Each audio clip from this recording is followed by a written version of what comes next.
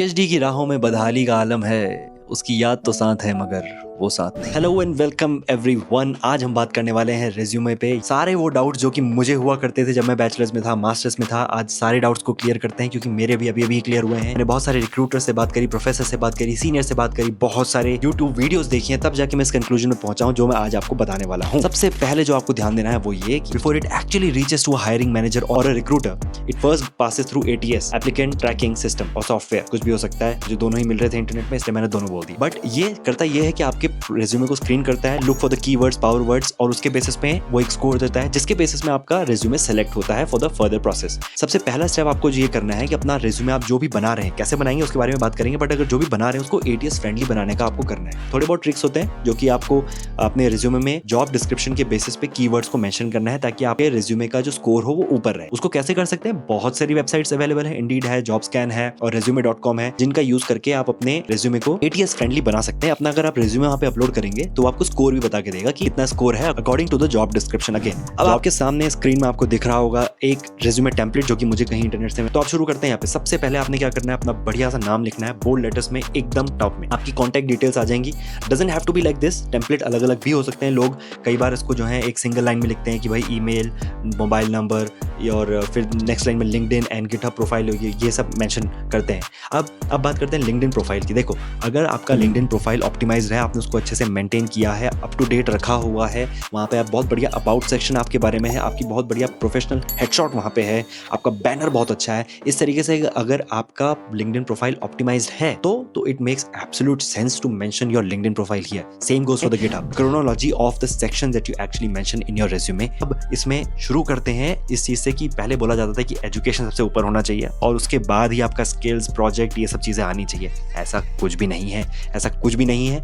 आप चाहो तो सीधा प्रोफेशनल एक्सपीरियंस से शुरू कर सकते हो। अगर आपके पास इंटर्नशिप्स वगैरह हैं या कहीं से जॉब एक्सपीरियंस है तो आप सीधा वहां से शुरू कर सकते हो। नहीं है तो आप अपने प्रोजेक्ट से शुरू कर सकते हो मेरे भाई। आपको उसमें ये नहीं सोचना है कि एजुकेशन ही सबसे पहले आना चाहिए। इस चीज में देखो कि एजुकेशन एकदम नीचे है, स्किल्स, इंटरेस्ट एकदम नीचे है। स्किल्स बहुत सारी मेंशन कर सकते हैं, कोई भी कर सकता है, लेकिन असली जो चीज होती है ना, जो असली जो बात होती है रिज्यूमे, वो आती है प्रोफेशनल एक्सपीरियंस या फिर आपके प्रोजेक्ट सेक्शन से। ये डिपेंड करता है कि आप क्या करो। अगर आप फ्रेशर हो, बैचलर्स किया है, मास्टर्स किया है, बहुत ज्यादा प्रोफेशनल एक्सपीरियंस नहीं है, वो भले ना हो, बट प्रोजेक्ट्स होने चाहिए। और नहीं है तो मेरे भाई करना शुरू कर लो, प्रोजेक्ट का एक प्रोफाइल बनाना स्टार्ट कर लो। जब आपके पास वो प्रोजेक्ट्स होंगे तो सबसे पहले आप अपने प्रोजेक्ट्स को मेंशन करें, फिर आप ये बाकी सब एजुकेशन, स्किल्स, अचीवमेंट वगैरह वगैरह करेंगे। ये सब चेरी ऑन द केक होते हैं। पहले केक तैयार करो, और केक आपका क्या है, प्रोफेशनल एक्सपीरियंस है और ये कि आपने क्या क्या प्रोजेक्ट्स वगैरह किए हुए हैं, उसको अच्छे से इंपैक्टफुल तरीके से बताना होता है। वो भी आगे बताऊंगा, बट आगे उसके बाद आपको क्या ध्यान देना है, फॉर्मेटिंग का ध्यान देना। फॉर्मेटिंग कैसे कर सकते हैं? देखो, ओवरलीफ में जाके आप कोई टेम्पलेट लेके बना सकते हो, that's one. Second is Microsoft Word, third is Google Docs. मेरे भाई इसके अलावा आपको कुछ करने की जरूरत नहीं है, ज्यादा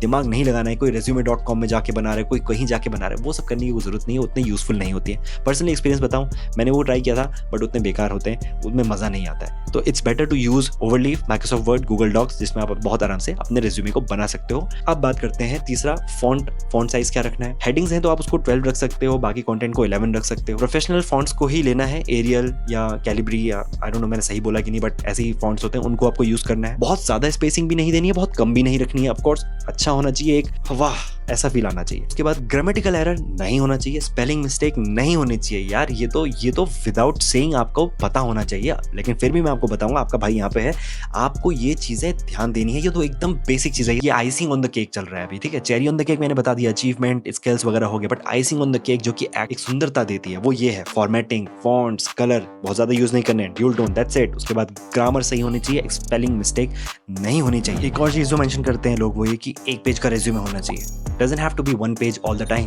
अगर आपके पास चीजें हैं मेंशन करने के लिए तो आप 2 पेज भी कर सकते हैं। बुरा तब लगता है जब आप सेकंड पेज पे तब जा रहे हैं जब आपके पास एक लाइन और लिखने की। मजाक थोड़ी ना करना है यार। You don't have to squeeze in everything in one page and make it look very cluttery. Whoever is screening your resume will say कि छी छी छी। तो हमने केक बना लिया, आइसिंग दे दी, चेरी के बारे में बता दिया। अब बात करते हैं उस केक का जो मटेरियल है वो कितना अच्छा होना चाहिए। Action verbs. MIT ने खुद खुद अपनी वेबसाइट्स में किया हुआ है। ऐसी बहुत सारी वेबसाइट्स फ्रीली अवेलेबल है मेरे दोस्तों, कुछ भी पैसे लगाने की जरूरत नहीं है, कोई एक्स्ट्रा एफर्ट्स करने की जरूरत नहीं है। गूगल पे जाके लिखना है रिज्यूमे एक्शन वर्ब्स। अगर आप रिसर्च रिलेटेड स्किल्स के बेसिस पे कुछ एक्शन वर्ब्स अपने रिज्यूमे में मेंशन करना चाहते हैं, और ये एक्शन वर्ब्स कहाँ यूज होंगे? आपके प्रोजेक्ट्स में, अचीवमेंट्स में, यहाँ कहीं पे इन सेक्शंस में आपको इन एक्शन वर्ब्स को यूज करना है। अब बात करते हैं क्या क्या वो एक्शन वर्ब्स हो सकते हैं। Systemised, served, summarised, reviewed, organised, investigated, interviewed, interpreted, inspired, inspected, identified, One eternity later. extracted, advised, engineered, fabricated, maintained, operated, pinpointed, programmed, remodeled, calculated, computed। कमाल के वर्ब्स हैं यार ये। ऐसे एक्शन वर्ब्स को अपने को यूज करना है। रिज्यूमे बनाते समय एक चीज आपको ध्यान देनी है, जो दिखता है वही बिकता है। एग्जांपल बताता हूँ। 2 लोग हैं जिन्होंने फैंटास्टिक ई-कॉमर्स वेबसाइट बनाई है, जिसको होस्ट किया है AWS पे। जिसने बुरी तरीके से लिखा, उसने कैसे लिखा होगा? Developed website hosted on AWS, that's it. क्या ये सही लगा? क्या ये सुनने में अच्छा लगा? नहीं है। अब दूसरे बंदे ने कैसे लिखा? Led the development of a dynamic e-commerce website on AWS, attracting over 50,000 unique visitors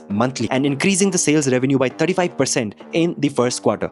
My God, hire this guy। तो किस तरीके से आप चीजों को प्रेजेंट करते हो ना, ये बहुत बड़ा एक फैक्टर बन जाता है आपके रिज्यूमे में। तो ये एक्शन वर्ब्स यही काम करते हैं। तो आपको लिखना किस तरीके से मैं आपको बताता हूँ। आपको ऐसे लिखना है, accomplished X by implementing Y which led to Z. X Y Z को अकॉर्डिंगली भरना है। It's all about how you write it on your resume. और आज के जमाने में जब आपके पास AI टूल्स अवेलेबल है, उसके बाद भी आप भटक रहे हो ना, तो बहुत बड़े बुद्धिमान नहीं हो। तो ChatGPT का यूज करो, क्लाउड का यूज करो, सब लोग यूज करें मेरे भाई। आप लोग अगर नहीं कर रहे हो तो आप ही इस गेम में पीछे हो रहे हो। तो इसके अलावा तो मुझे और कुछ लगता नहीं रिज्यूमे बनाने के लिए। कई बार देखो, ये जरूरी नहीं होता कि आपका रिज्यूमे ऑप्टिमाइज्ड है तो आपको जॉब मिल ही जाएगी। कई बार जॉब मार्केट भी एक फैक्टर होता है। कई बार ये भी फैक्टर होता है कि आपने काम ही नहीं किया है। केवल रिज्यूमे टेलर कर लेने से, लिंक्डइन अच्छा बनाने से, बहुत बढ़िया हेडशॉट लगाने से जॉब नहीं मिलती। मैंने बोला ना, ये सब चीजें मैटर करती हैं, बट और चीज यही है कि आपको चीजें सीखनी है। बाकी आज के वीडियो को यहीं एंड करते हैं। मिलते हैं नेक्स्ट वीडियो में किसी और प्रोफेशनल ग्रोथ और करियर रिलेटेड चीजों पर बात करेंगे, कि आजकल मैं इसी जोन में हूँ। इसी जोन से रिलेटेड कुछ और बात करेंगे नेक्स्ट वीडियो में। मिलते हैं नेक्स्ट वीडियो में, तब तक के लिए बाय बाय।